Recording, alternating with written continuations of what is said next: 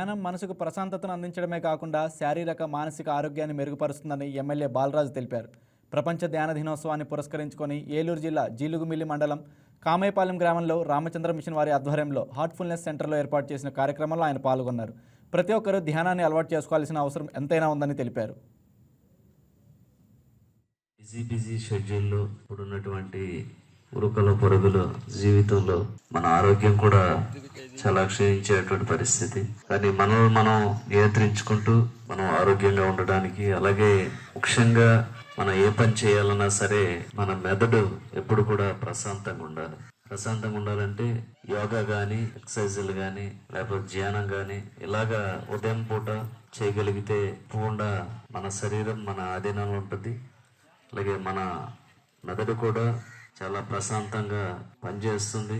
ఎప్పటికప్పుడు మనం ఈ ధ్యానం చేస్తే, ఇప్పుడే చూపించారు మన ప్రాక్టికల్గా టీచర్స్ కానీ, లేకపోతే ఇక్కడ ఉన్నటువంటి దానికి సంబంధించినటువంటి సంస్థ వాళ్ళు కూడా చూపించారు. ఈ ద్వారాగా మన మనసు, మన మెదడు మనం ఎలాగైతే దాన్ని కేంద్రీకృతం చేస్తామో దాని ద్వారాగా మన శరీరం కూడా ఆధీనంలో ఉండి మనం ఆరోగ్యంగా ఉండటానికి, ప్రశాంతంగా ఉండడానికి ఈ ధ్యానం అనేది ఒక ఎగ్జాంపుల్ గా మనకు చూపించడం జరిగింది. ముఖ్యంగా పిల్లలు ఇప్పుడు ఉన్నటువంటి చదువు పోటీ ప్రపంచంలో ఎంతో పోటీ పడి చదువుతుంటారు.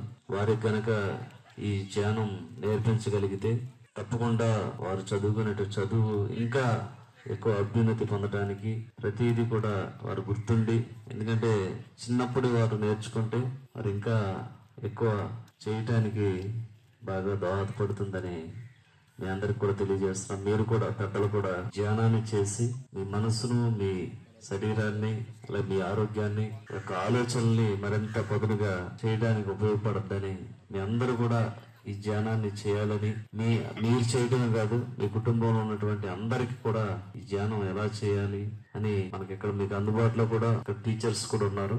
ఉదయం పూట ఒక గంట సేపు. ఈ వీడియో మీకు నచ్చినట్లయితే లైక్ చేయండి, షేర్ చేయండి, మా ఛానల్ కి సబ్స్క్రైబ్ చేయండి.